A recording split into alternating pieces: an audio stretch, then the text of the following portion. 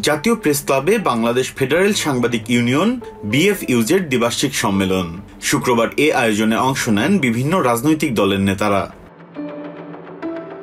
অনুষ্ঠানে অংশ নিয়ে জামায়াতে ইসলামীর সেক্রেটারি জেনারেল মিয়া গোলাম পরোয়ার বলেন, রাজনীতিতে ভিন্নমত থাকতে পারে, তবে জাতীয় ইস্যুতে এক হতে হবে। আর বিএনপি মহাসচিব মির্জা ফখরুল ইসলাম আলমগীর বলেন, আগামী ফেব্রুয়ারিতে ত্রয়োদশ জাতীয় সংসদ নির্বাচনের জন্য অপেক্ষায় জাতি।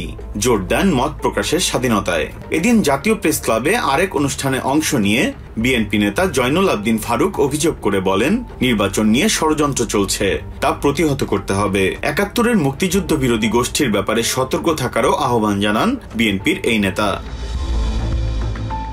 Biprajit Chanda, TVN 24 news desk. New York থেকে সম্প্রচারিত টিভিএন 24 টেলিভিশন বিশ্বজুড়ে বাঙালির কণ্ঠস্বর।